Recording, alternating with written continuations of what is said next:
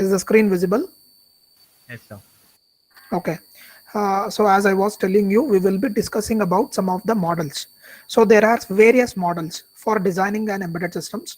So the name of the topic is a computational models in embedded design. The following are commonly used computational models in embedded system design. So there are various models. We will discuss each and every module in detail. So the first model is the data flow graph model, which is also called as a DFG model, and state machine model, concurrent process model, sequential process model, program model, and object oriented model. So the data flow or the data flow diagram model, which is also called as a DFG model. So what does this do and how actually it looks? So DFG model translates the data processing requirements into the data flow graph. So whatever the data that we are using in our embedded systems and how we are processing it, all those things will be represented in this model. So the data flow graph model is a data driven model in which the program execution is determined by data.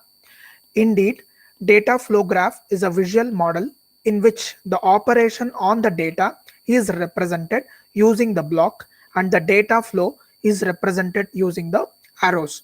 So in this data flow model, whatever the we are using in our process, all those datas will be represented by making use of arrows, and whatever the process we are doing on the data, so that process is represented using the blocks. It may be a circles as well.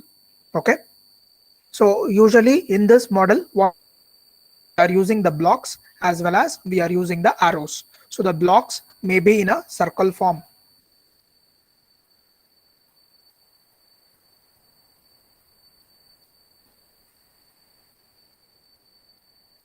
Suppose one of the function in an application contains a computational requirement like x is equals to a plus b and y is equals to x minus c. So the following figure illustrates the DFG model for implementing these requirements. So if it is in your process, right, in your embedded system design, if there are computations, so computations like these equations, that is x is equals to a plus b and y is equals to x minus c. So how you are representing in DFG model is shown here, right? So this second diagram is with respect to the second model. So let us not bother about this second figure. So the first figure, what is it showing? X is equals to what? A plus b. So a and b are the datas that is represented in the form of, and the process, that is addition or subtraction or multiplication or whatever the process that you are doing to this data, that is represented using the blocks, that is in the form of, that is shown in the form of a circle. Okay, a plus b, you are getting x, and what is the next process that you are doing? So x minus c. So x is the result from the first computation, so therefore that x is a data for the second process, and you are also taking c here, x minus getting y. So this is called as what? A process or a data flow node, and this is also called as a second process or a data flow node. And you can easily understand the embedded design if you are using the DFG models. Okay, if there are a simple computations like addition, subtraction, you can easily go for this data flow diagram or a data flow graph. So what is the data flow graph consist of? It may shows the process as well as the data flow, how the data is being flowing into the process, and here the data is represented by arrow marks and data process is represented by a blocks, which is usually the circles. The DFG model is said to be acyclic. Acyclic means you cannot if it doesn't contain a multiple values for input variables and multiple output values for a given set of, it is not acyclic. If you just observe, it is in a unidirectional, it is not in a cyclic format. So feedback inputs, events, etc.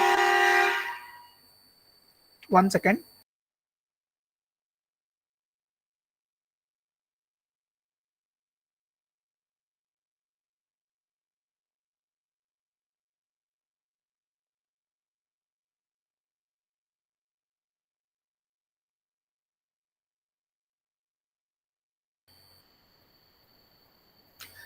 A DFG model translates the program as a single sequential process execution. Single sequential process means what? So it is unidirectional. See, it is not going back. There are no feedback loops here. And the data is coming in a unidirectional and it is in a sequential process. Sequential means after the computation of the first process, then the second computation happens. After the computation of a second process, you will be getting the output Y, and Y may be used in the third process also, which is not shown here, but it can be used in the third process or further process. So that's why it is a single sequential process. Sequential means one by one. After the first process, second process. After the second, third, likewise. So we are here, there is no decision trees, I mean the decision blocks, or here there is no feedback loops. So this is a simple design, which if your embedded system is making use of a simple computation and of a simple design, then you can easily go for a DFG model. So all of you understood the DFG model. Shall I go for CDFG? Do you have any? Okay, fine. Next is a control, a data flow graph, or a diagram. So this is also with is similar to CDFG only, sorry, DFG only, but it is a control DFG. So here we can observe some of the blocks related to control. Okay.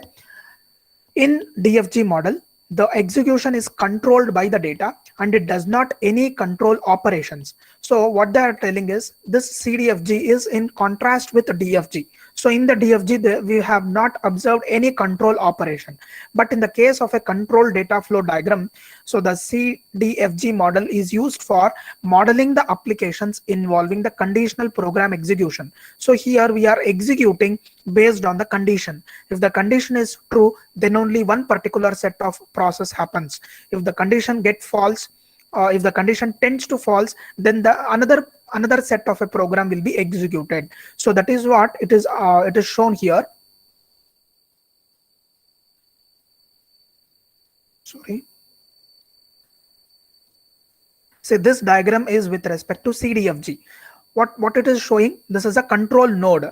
Okay, this is called what? Data flow node. But here we have a separate block which is represented by making use of a rhombus. Okay, the control node is responsible for condition. If the condition tends to true, then one set of a process will be executed. If the condition tends to false, then another set of a process will be executed. So as you observe here, if the flag is equals to 1, okay, if the flag is equals to, we are not discussing we are not discussing any logic, what it is coming in the top, what it is coming in the bottom. We are just understanding how the CDFG and DFG models can be used in our embedded system design. So in this CDFG model, what you can observe here is, so this is a conditional execution equals to 1. If it tends to true, then A plus B will be executed. Okay, see here the data is A plus B. If the condition tends to false, then the same data is taken, that is A minus B will be executed, that is subtraction will be executed here. So what you will be observing from these two things, in the DFG there are no control operations. In the CDFG, the control operations or the conditional executions takes place. See, that is what they have represented here. If flag is equals to 1, X plus A happens, else Y is equals to A minus B. The CDFG model for the same is given in the figure whatever I have explained. And the control node is represented by the rhombus or diamond block, which is a decision making element in the normal flowchart design, flowchart based design. So the CDFG translates the requirement which is modeled to a concurrent process model. So based on your embedded system design, you can either choose a DFG or CDFG. So when you will be choosing the DFG and when you will be choosing the CDFG is whenever your embedded system design contains some control operations, or whenever your process has to be executed based on satisfying the conditions, at that time you can go for CDFG. In case if your embedded system does not contain any operations regarding the conditions, then you can directly go for DFG. So right now we have understood a single model. So in the model, there are two types, that is a DFG as well as CDFG, right? Now we will be understanding the next model, that is a state machine model. So the state machine model is used for modeling the reactive or event-driven embedded systems whose processing behavior is dependent on the state transitions. Okay, now we are discussing something about the state, and this type of a model will be used whenever there is a event-driven. Some event occurs, based on that some process will be executed. So such type of an embedded systems will be making use of this state machine model. So before going to this state machine model, we should know some of the definitions, like what is meant by a state, what is event, what is actions, and what is transitions. So embedded systems used in the control and industrial applications will be usually making use of this state machine models. Which type of an embedded systems will be using these models? The control and industrial applications will be making use of this state machine models. So now we will be understanding what is meant by a state. A state is a representation of a current situation. So in which situation the embedded system is standing. So state is a representation of a current situation. At what situation the embedded system is rightly working. The current situation is called as a state. An event is an input to the state. So whatever the inputs or the data that we are providing to the current situation, so such inputs or the data is called as an event. The event acts as a stimuli for the state transitions. So based on the inputs that we are given to the current situation, so based on the inputs, the response may be occurred, or the state may be transited from one point to another point. So if there is no input, the transitions does not occur. If there is an input, the transitions may occur. Okay, so that is what they are telling. The event acts as a stimuli. For stimuli is nothing but triggering. The event acts as a stimuli for a state transitions. The transitions is the movement from one point to another point, or from one state to another state. Action is an activity that has to be performed by the state machine. Action will be the activity that has been performed by the particular state. So I hope we have understood the term state, events, actions, and transitions. By keeping all these concepts, we will be understanding the next concept. A finite state machine, which is also called as an FSM, very important concept. In most of the exams, in almost all the exams, they have asked this question. What is an FSM? Explain with an example. So now we will be discussing this finite state with the help of an example. So before going to an example, we should know what is meant by a finite state machine. So finite means which is countable, right? So in your embedded systems, whatever the number of process or whatever number of states that are there, it should be countable, because it is designed by the user. If it is infinite, you cannot design the system, right? You can create the infinite loops, but you cannot create the infinite states. Okay, so a finite state machine model is one in which the number of states are finite. In the other words, the system is described using a finite number of possible states. So we shall understand this finite state machine using a simple example here. So this particular concept is very important, because whenever you come to the 6th sem or 8th semester, you will be working with respect to the projects. So whenever you are designing some project which is related to an embedded system, so right now the 8th semester students are designing the embedded systems with respect to IoT, the smart home, or they are helping the driver control system. So they are designing some embedded systems. So whenever they are designing the embedded system, there will be a various states. So in your project report or in your presentation, you have to represent the states. What are all the states you are designing in your project? How the transitions are happening from one state to another state? On what state, in which state the control operations are there? All those things you need to describe it. So for such purpose, this FSM will be a very useful information or a useful representation in order to explain your project. Okay, whenever we are discussing the FSM model diagram, you will understand how to write an FSM model for one particular scenario. So one scenario that what we are considering is the driver or a passenger seat belt warning in an automotive using the FSM model. So what we are actually discussing here is, when the vehicle ignition is turned on and the seat belt is not fastened, within the 10 seconds of ignition on, the system generates the alarm signal for 5 seconds.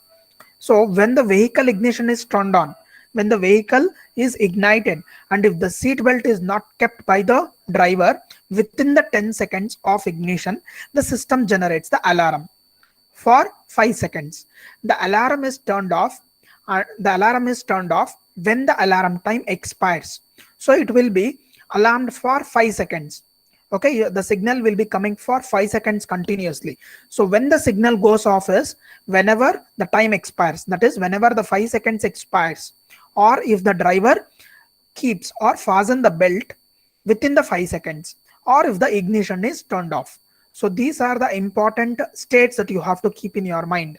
So what is the scenario here? Whenever the driver ignites the vehicle, okay, it will be waiting. The vehicle will be waiting for 10 seconds. So within the 10 seconds, the driver has to keep the belt. Okay, he has to keep the belt within the 10 seconds. In case after the 10 seconds also, if the driver is not keeping the belt, means then there will be an alarm signal coming, which is for 5 seconds. Okay, it will be coming a indication for the driver to keep the seat belt. In case within the 5 seconds, if he is keeping, means then the alarm will be turned off at that time itself. In case if the driver is not keeping the belt even after the 5 seconds, means then even after the 5 seconds it will not be coming, means that is the another scenario. What is the second line they are telling? The alarm will be turned off. When the alarm will be turned off?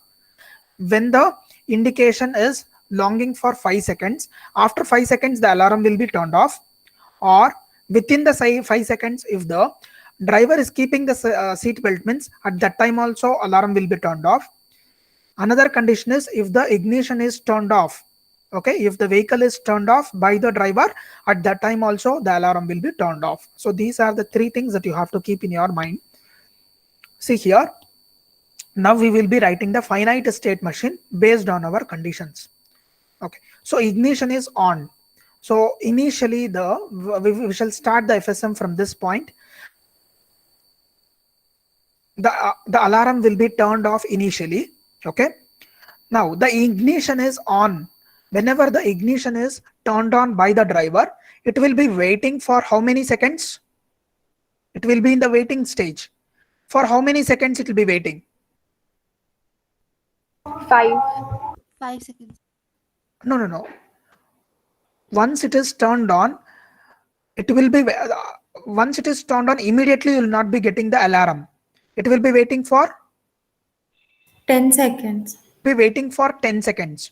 After 10 seconds, if the time expires, that is after 10 seconds, after the completion of 10 seconds, the alarm starts on. Okay, the alarm will be turned on. Okay, when the alarm will be off, see here, the alarm will come to the off position if the 5 seconds is expired. Okay, if the 5 seconds, it will be turned on for 5 seconds. After the 5 seconds, the alarm will come to the off position. Or if the seat belt is on, if the seat belt is kept, the alarm comes to the off position. Or if the ignition key is off, it comes to the off position. So what is this line?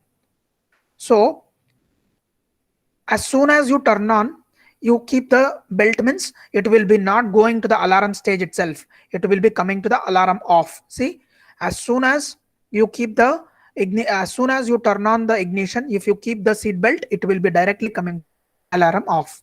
So I'll explain once again. So the scenario, if you understand the scenario, it will be very easy to write down this FSM. So first of all, the driver turns on the ignition. So after the ignition is turned on, it will be waiting for 10 seconds. Okay, what it will be waiting? The alarm will be waiting for 10 seconds.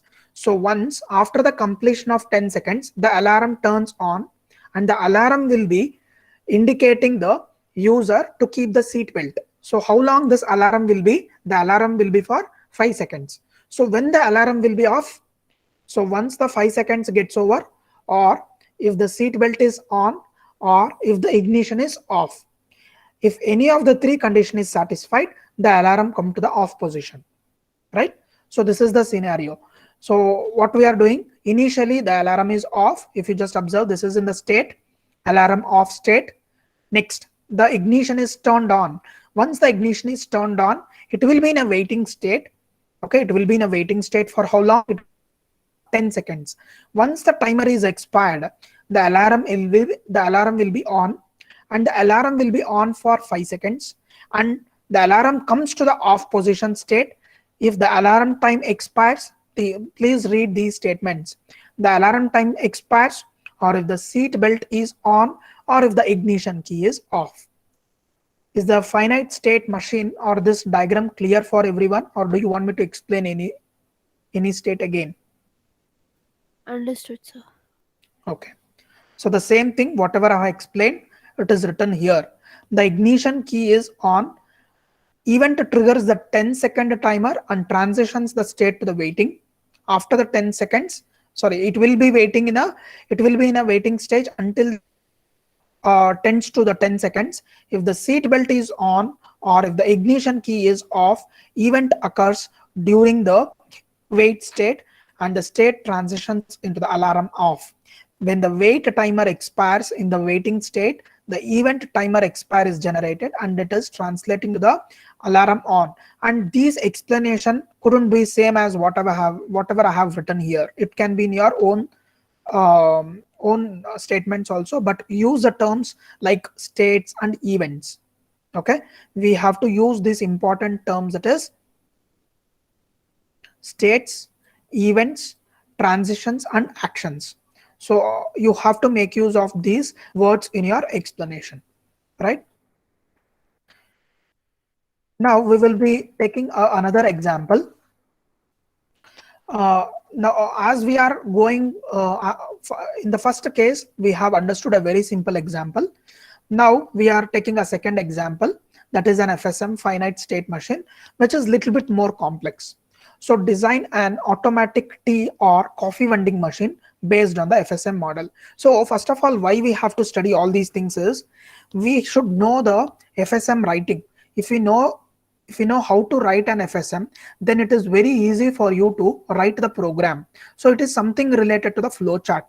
So once you know what are all the different states are there and what are all the different transitions are happening and what are all the different conditions are evolved in our embedded system, it is very easy to write down the program. So if you have any idea in your mind based on designing an embedded system, directly you cannot go for writing an program.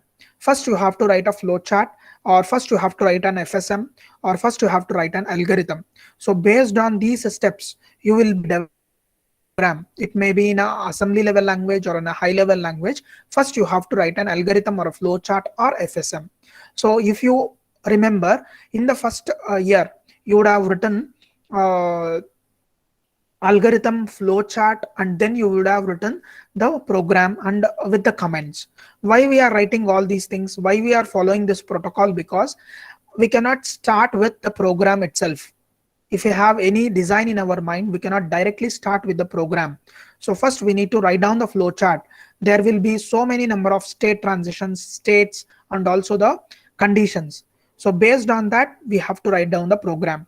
So similarly, if we want to design an embedded system, we have to either write a DFG or a CDFG or FSMs or any other models. So first writing these models will give you the confidence so that our program will be effective. We will not miss out any of the transitions. We will not miss out any of the conditions that it has to be executed. Right? For this purpose, we are understanding. So what was the first example? A seat belt. The example one was related to the seat belt, and that FSM was very, very simple. Now we will be discussing the tea coffee vending machine. So based on the FSM model for following requirement. So first I'll just explain the scenario before going to the FSM. So the tea coffee vending machine initiated by the user, insert a coin. After inserting the coin, the user can either get a coffee or tea. If he doesn't want to get any coffee or tea, again he can press a cancel button. Right? So these are the three options that are being provided for the user. So how this is the scenario. So how you will design it now? How to design the embedded system? So before designing an embedded system, you have to write down the FSM. So there are 4 states. If you just observe here, there are 4 states: state A, state B, state C, and state D. What does state A says? Wait for the coin, right? If you are designing some embedded system, means that is a coffee or tea vending machine, means you have to, that system has to wait for the coin. It cannot immediately give the coffee or tea without taking the coins, right? First it has to wait for the coin, that is the state A. And state B is after taking the coin, it has to wait for the user input. And state C is based on the input, it has to either dispense the tea or it has to either dispense the coffee. So these are the 4 states. First you have to make sure how many number of states are required for our embedded system design. So first what we are dealing, the state A. In the state A is means what? It will be waiting. So once insert the coin, once the coin is inserted, the state A, the embedded system will be no longer in the state A. It will be getting transmitted, or it will be having a transition from state A to state B. So in state B, it will be taking the input from the user. So the input will be taken from the user. What input will be given from the user? The user may press either a coffee. You all people understanding, right? Are all of you there? Am I audible? Yes. All of you understanding? Okay. Yes, sir. Yes, sir. So once the coin is inserted, the embedded system will be no longer in state A. There will be a transition from state A to state B. So in state B, the embedded system will be waiting for the user to either press a T button or a coffee button or a cancel button. If the T button is pressed, it will be no longer in a state B, it will be going to state C. That's why they have written T button press. And what action will be taken here? Dispense tea. The tea will be dispensed. And in case if the coffee button is pressed, it will be no longer in state B. The embedded system goes to state D. Okay. What action will be taken in the state D? It will be dispensing the coffee. And in case if the embedded system in state C means, the embedded system will be dispensing tea. After coming to state C, after the action is performed, again the embedded system has to return back to the state 1, right? Again, it is very important to collect the coin, right? Once the coin is collected, either it will be performing the state C or either it will be performing the state D. And what I was telling, he can also press the cancel button. If the cancel button is pressed, immediately it will be not going to state C or state D, it will be immediately going to state A only. What is the action that will be taken whenever the cancel button is placed? Coin will be out, right? When he is not either taking a coffee or tea, his coin has to be returned, right? So therefore, what action will be taken when the cancel button is pressed? Coin will be out from the embedded system box. I mean the embedded system, the coin will be out. Okay, once the state C is performed, once the action is done, it has to come back to state A. Or if the state D is, if the embedded system is in the state D means, if the action is completed by state D means, then it has to come back to the state A again. All of you understood this FSM? Very simple FSM. All of you understood? Yes, sir. Yes, sir. Any one FSM will be Yes, sir. asked, either a seat belt or a coffee vending machine. This is little bit big, which is related to the telephone unit. It is also very simple, but the number of states are more, that's all. It will be asked for 8 marks. So if this question is asked means it will be asked for 8 marks. So write down neatly. Okay, whenever I go for the evaluation, you people will be writing the diagram in your own way, right? State C illello irutte, state B illello irutte. It will be looking like a spider. You have to use this type of a methods only. So state A illide, state B illide, state C illide, state D illide. Ide tarane baribeku. You cannot write down, you cannot stretch the states wherever you want, and you cannot utilize the whole page. And you can, of course, the concept may be correct, but it is very difficult for the evaluator, right?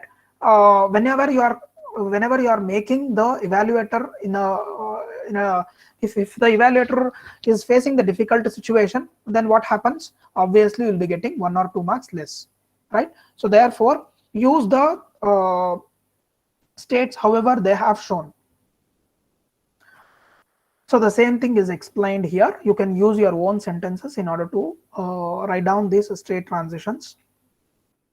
For example 2, we will come to the example 2, that is a design a coin operated a public telephone unit based on FSM. I hope your generation have never used this coin booth because all of you have, of course, even I only have not used. So therefore, I think you people have not used this coin box. the coin operated public telephone. Um, so how actually this work is, I'll just explain the scenario, then we will go to the FSM. So the calling process is initiated by lifting the receiver. So how actually, at least you have seen this telephone booth, which is operated based on the coin base. You have to keep on inserting the coin. At least you would have seen in the movies. So you would have you have to keep on inserting the coins in order to continue the talking. Have you seen this coin box? At least it will be in a yellow color. Have you all seen? Yes, sir. Okay, fine. So the calling process is initiated by lifting the receiver. So how actually you have to start with the embedded system design? You have to start with lifting the receiver and keep back on the hook. That is placing back the receiver, lifting the receiver and placing back the receiver. So this is the first and final stages. So calling process is initiated by lifting the receiver of the telephone unit. After lifting the phone, the user needs to insert the 1 rupee coin to make the call. If the line is busy, the coin is returned back. If the line is through, if the line is not busy, the user will be allowed to talk till 60 seconds. The 45th second, the prompt for inserting another 1 rupee coin for continuing the call is initiated. In order to continue the call, there will be a prompt from the coin box, the telephone, indicating you need to insert one more rupee in order to continue the calling. If the user doesn't insert another 1 rupee coin, the call is terminated on completing the 60 seconds time slot. If you are not inserting the coin after 45th second, the call will be terminated after the 60th second. The system is ready to accept a new call when the receiver is placed back on the hook. The system goes to the out of the order state when there is a line fault. Okay, so these many states you have to keep in your mind. The scenario looks very simple, but just observe this FSM. So many states are there, right? So that's why this telephone booth, which is operated based on the coin. So this is your embedded system. So whatever we have discussed till now, that is a coffee vending machine or a seat belt system or this public telephone making use of this coin, all these are embedded system. So there is some firmware that has been embedded there. Based on the transitions of the state, the decision will be taken there. There is no human intervention, right? The states are not being controlled by the human here. The firmware is controlling everything. So now, how many states are there here? Totally 9 stages are there, or the 9 states are there, and it is represented by alphabets A, B, C, D, E, F, G, H, I. So totally 9 states are there. What is state A? State A means ready. It will be in a ready state first, and state B means it will be waiting for the coin, and state C means wait for the number. Once the coin is inserted, the number has to be dialed. State D means it will be ringing, that is dialing, and state E means call in a progress. You are talking, and call F means call will be terminated. Call G is unable to make the call. If the line is having some fault, then you will not be able to take a call or make a call. And state H is invalid number. It has to of course give another state, that is invalid number. If you are entering a wrong phone number, it has to give a indication that invalid number. And state I is out of order. If the embedded system is not working properly, if there is any difficulty with respect to embedded system, it has to enter into which stage? That is state I. So now we will start discussing. So state A, we have to start from state A. So when it enters into the state I, if the line is fault, okay, if the line is fault, and it has to display the error, display the message as error. And if the line is okay, if there is no fault, again it has to come back from state I to state A. Okay, so this is one such state. It is not, state I is not dealing with respect to any of the calls. If the system is only not proper, means it has to display the message as an error. I think it is visible here. So it has to display the message as an error. Okay, and it will be in the state I itself until the error is cleared.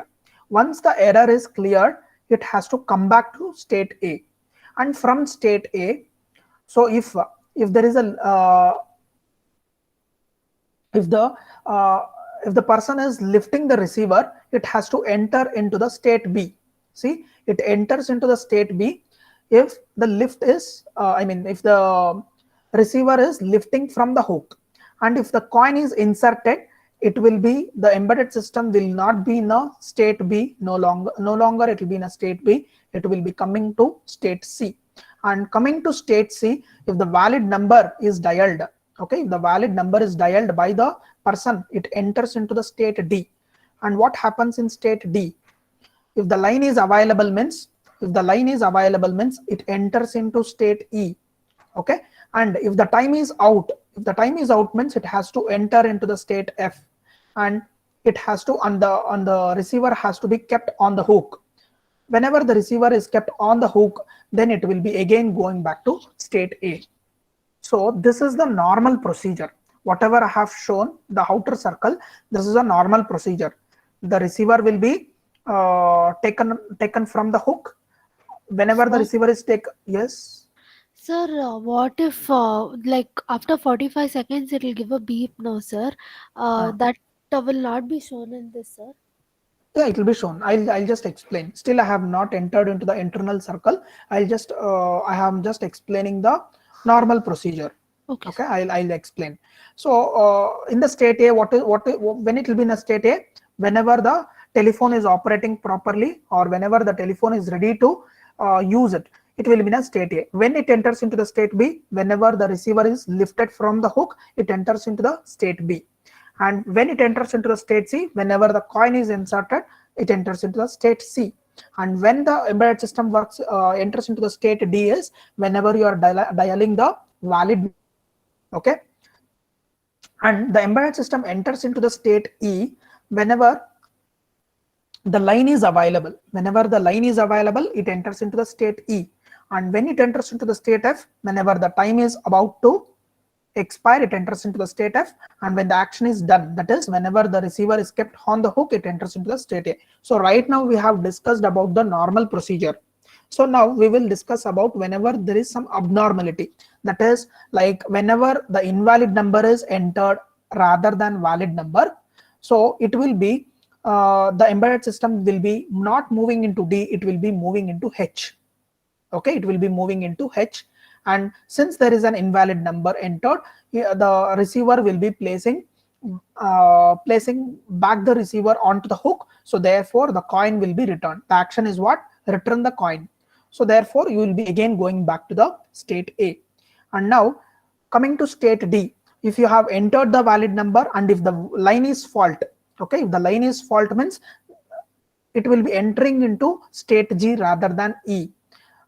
After entering into the state G, it has to again keep back the receiver onto the hook and you have to return the coin, right? And now when it will be directly entering into the state A is when he is placing the receiver and disconnecting the line in between. Again he has to again the embedded system has to return into the state A. So now you were asking about the 45th second. So now in case when it will be directly going to state A is if the timer is expired. Normally if the timer is when the timer will be expired after the 60th second. If you are inserting the coin again in the between, if you are inserting the coin, the timer will not be expired and it will be going or it will be in the state E itself. Understood? It will be in the state E itself. The timer will not be expired because you are inserting the coin in between. So therefore the timer is not expired. That when the timer is expired, whenever you are not inserting the coin after the 45th second. Understood? Yes, sir. Okay. So this is all about the FSM regarding the public telephone. All of you understood? Yes, sir. Next is the sequential model, which is very simple. So in the sequential model, the functions or the processing requirements are executed in the sequence. See here, if you just observe this diagram, we are taking a same example here. That is the seat belt. Everything is happening sequentially. Ignition is on. Okay, the first step is ignition is on and it will be waiting for 10 seconds.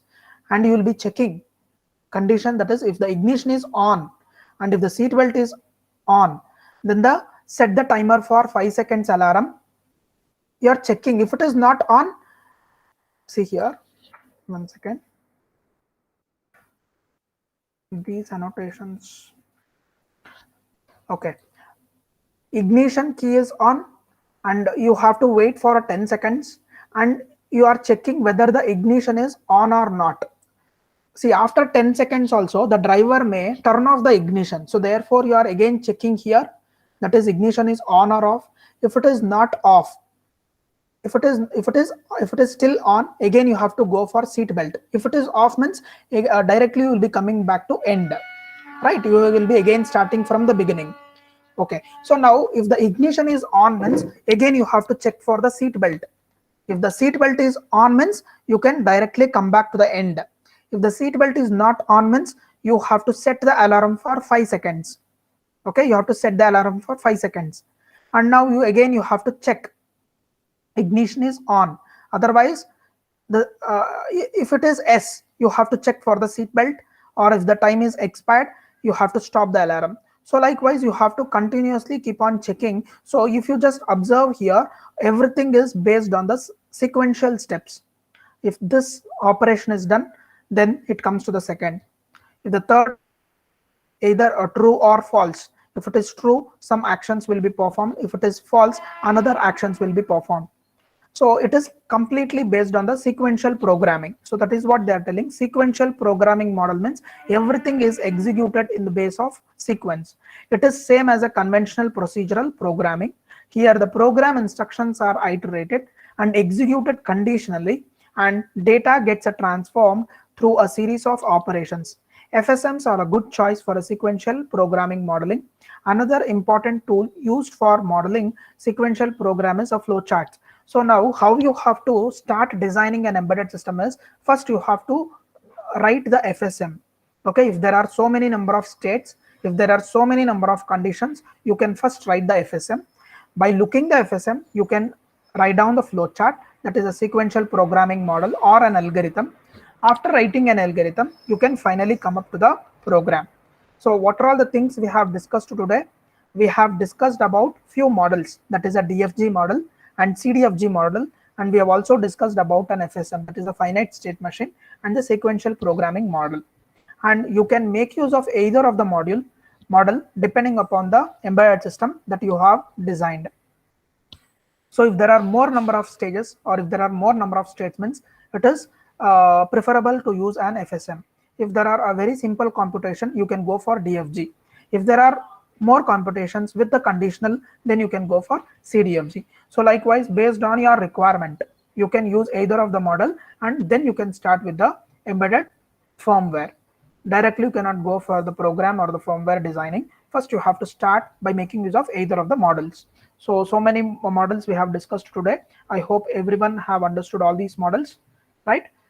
DFG, state models, concurrent, sequential, and object oriented model. So this concurrent model also we'll just discuss. So concurrent is nothing but everything is happening in a time, right? Concurrent is nothing but, see here, wait, timer, task, and ignition key. See, there is no need to explain all these things in the exam. Okay, keep in mind, don't write all these programs. You have to just explain wait, timer, task, ignition key status monitor, ignition seat belt monitor, and alarm clock task, alarm timer task. You have to just explain, you have to just write down the blocks, that's all. No need to write these sample programs. Okay, so what is this concurrent model means? Concurrent programming means it is just a contrast with respect to the sequential. In sequential, what it was happening, the execution was happening stepwise. After the execution of the first step, second step will be executed. After the execution of the second step, the third step will be executed. So likewise, the steps were executed in a sequential manner. In the concurrent, it is not like that. We will just discuss what is this. It is easier to implement a certain requirements in the concurrent processing model than the conventional. So sequential execution leads to a single execution of the task and thereby leads to a poor utilization. So whenever we are dealing with the complex embedded systems or a complex design, we cannot make the keep on waiting for each and every execution. We have to make use of the processor in a better manner. So whenever we are using the sequential execution, it will be leads to a poor utilization of the processor, because after the completion of one processor, then only you can execute the second step. But in the concurrent, it is not like that. You can execute multiple steps in a single time. Understand the statement, you are executing the multiple steps in a single time. See, if the task is split into the multiple tasks, okay, if the task is splitted into the multiple subtasks, it is possible to tackle the CPU because the CPU is designed in a well manner, so it can handle the multiple tasks at a time and it can execute the multiple tasks at the time. Okay, so in order to effectively utilize this CPU, you can directly go for the concurrent models only, concurrent execution. So that is what this third line is very important. If the task is split into the multiple subtasks and it is possible for the CPU to use effectively when the subtask under the execution goes to a wait or a sleep mode. So whenever one particular subtask is entered into the wait state, right? Whenever the subtask is entering into the wait state, the CPU cannot wait for that state to come out. The CPU can start executing another subtask because the one of the subtask is under the waiting section. So therefore, the CPU can be utilized for the execution of another subtask, right? So likewise, based on the number of tasks or the number of subtasks, you can either choose a sequential model or you can either choose a concurrent model, right? Will just tells you whenever the one particular state is in a waiting state, so another state may be executed, or if this state is in a if this state is in a waiting state, means another state which is under this state, see here, so this state is may be executed, right? All of you understood all the models? Is it clear? Do you have any doubts regarding any of the concept?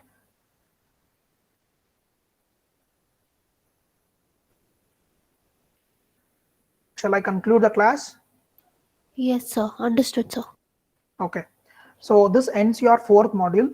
I'll be giving some important questions. Please take the third internals very seriously because the third internals is completely based on theory, right? You are just studying the concepts from fourth and fifth module. Take all the questions very seriously and do write the internals genuinely. Okay.